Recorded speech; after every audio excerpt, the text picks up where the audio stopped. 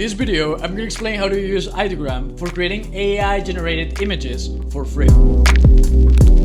Yes, totally free and a lot easier to use than other options out there. Ideogram is a relatively new tool, but the way you use it is much more friendly than other companies like Midjourney or Playground. You could definitely share Ideogram with someone that has no idea about AI, and they could be generating their ideas in 5 minutes. I'm Sam from AI for Marketers. I know this tutorial will be useful to you, so let's dive in. Okay, so the first thing you need to know is that Ideogram has a free plan, but also has like different paid plans. In my opinion, with the free plan is much more than enough to start creating images. You get 10 daily credits, that's around 30 to 40 images per day. You don't have the ability to have private images, meaning everyone can see whatever you generate in your account. The plans are pretty simple. We have the $8 plan, the $20 plan, and the $60 plan. The $60 plan is for you if you are a creator and you use this tool a lot. But again, if you're not using it professionally, I would just go with the free plan. Okay, so let's take a tour of the whole Ideogram interface. The first thing we have is things that people have created. This is probably from the last hour or so. Yeah, an hour ago, 2 hours ago, 3 hours ago. Okay, so that's really interesting. There's a lot of people using it. We have here like to explore different styles. So realistic style. That's interesting. That's mostly people. We have design. That's pretty interesting. The design part. People are using it for art, for creating. Yeah. That's pretty cool. I would use that as a wallpaper. Okay, it's 3D. Oh shit, yeah. Wow. That's amazing, look at that. Yes. People are super creative, dude. And anime. So that's pretty cool. This is what people are creating. And yes. Okay, so in the top right corner, we have our settings. We see here our account, upgrade to plan, our profile, help and documentation, manage muted users. Yeah, you can mute users if you don't like, you know, what people are creating. API, logout, dark mode, which is pretty cool, awesome. And yeah, nothing super important, but you know, it's there. We have here notifications and then our images. This is what I have created with this account. And that's pretty interesting, dude. I just told them, you know, big sailboat on the coast of Monaco with a pineapple dress crew of wealthy white individuals, photorealistic. And it actually generated that. That's really funny. It didn't make a lot of sense. The other images weren't that good. But again, this is a free tool and it's pretty interesting. Okay, so let's create something. For the prompt idea, I'm gonna use Gemini to, you know, variate a little bit because I've been using GPT way too much. So let's go to Gemini. Hey Samuel.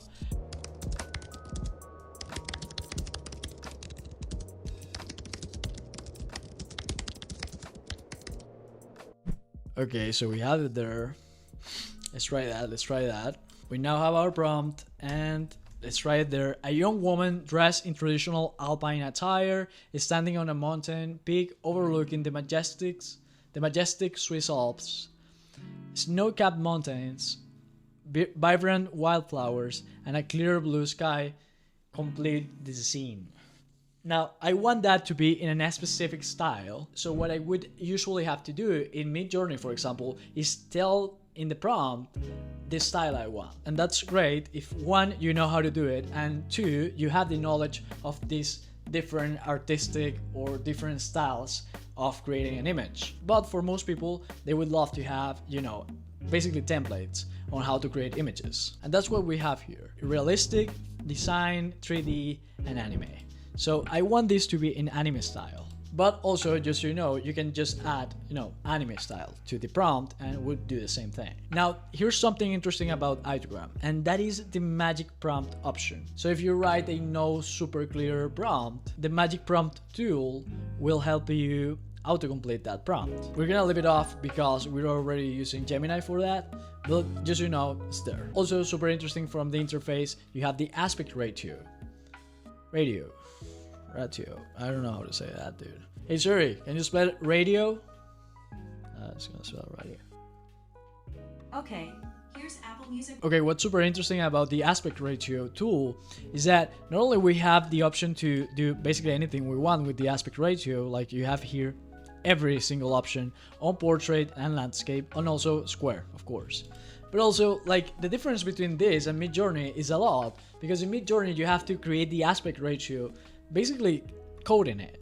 You just type in the prompt dash dash AR and then the ratio you want, but that's not super user friendly. This, on the other hand, anyone can understand it and anyone can use it. So let's select landscape, because I really want to do like the landscape style. Now this is the models we have available, the 0.2, the 1 and the 2. Of course we're gonna use the latest one. Now the color palette option is like a super interesting new thing, because I don't know any other tool of this type that has this optionality. So it's amazing. You can just leave it in auto, or you can pick your color palette.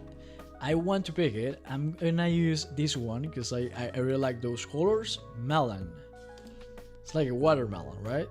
And also you can do the costume if you upgrade to the paid plan. We also have here some options, but it's for the paid plan. We have the rendering of the image.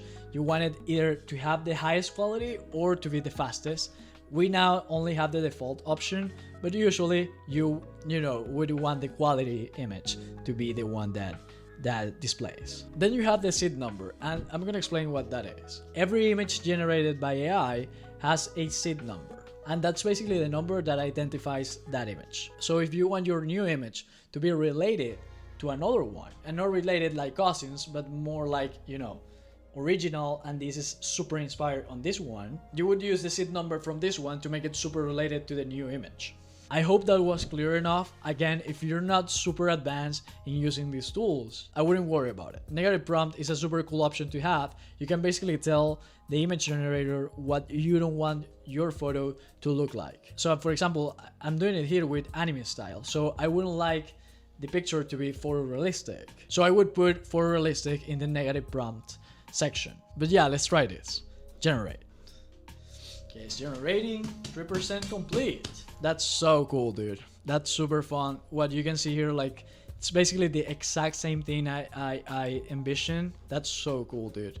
That's so cool. You can see these results there in anime style. That's perfect. Like, this is a great image generator, and it's also free, right? So that's great. Here's the seed number, the thing I told you about. You can copy that. And if you, for example, let's say that I wanted to do an anime based on this exact image, I would use this as the seed number for creating the other scenes. Okay, so now that we've learned how to generate images using this interface, let's explore some other options that Ideogram offers us. Okay, so first one, and the one I like the most, is the remix option. The remix option is basically you take an image you like from the explore page or one of yours, and then you can edit the prompt or the original conditions the image was made of. So for example, I like that globe, and the prompt is a surreal landscape with a large light blue balloon floating in the sky. The balloon is being piloted by a person who is barely visible. There are several smaller balloons in the sky, a single person, the landscape is dry and barren. We're in distance, the sky is a muted blue with stars visible, and overall atmosphere of the image is solitude and mystery. What I want, let's say that I wanted this image to be a bit different, but I really like the concept. I would say I don't like the solitude and mystery. So let's say happy. Let's say I want this here to say happy and excited. Very visual, large full of water, and I want the colors to be the melon ones that we picked before. Visibility public, image weight, let's put it in 70, and let's go for realistic.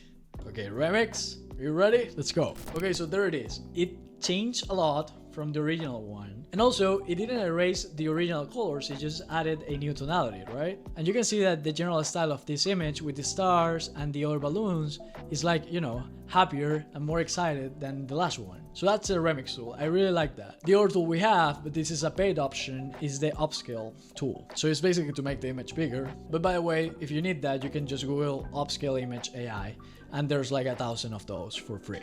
There's also an edit option where you can basically draw specific places of the image you want to edit. So this is basically the remix, but if you want to, change just one bit of the image, for example. Adobe Firefly, by the way, has also this optionality. Then we have the copy prompt option. Super cool. If you really feel inspired by an image, just copy the prompt and make one for yourself. And then we have Describe. And Describe is basically the same thing as the remix, but you're using the AI to understand the image and give you a prompt. In the remix option, you're using the same prompt somebody else used before. So that's the original prompt in the remix option and the way an AI describes the image in the Describe option. Then we can download our images, and again, I don't know what that option is so persistent. We can just mute a creator if we don't like, their art. I think this is actually pretty cool. I'm excited that these products are evolving into something way more usable. It seems like it will start gaining a lot of adoptions really soon. It usually takes time for the market to accept a new product, and also for new technologies to be friendly enough for people to play with them. My favorite example is Google in the 2000s versus Google in 2024. They look a lot different, even though they're the exact same basic technology. This will also happen with all of these products, like Midjourney, Playground, and now Ideogram. But this is by far the friendliest one. Hope you liked the video. I'm always answering comments, so comment something if you want. See ya.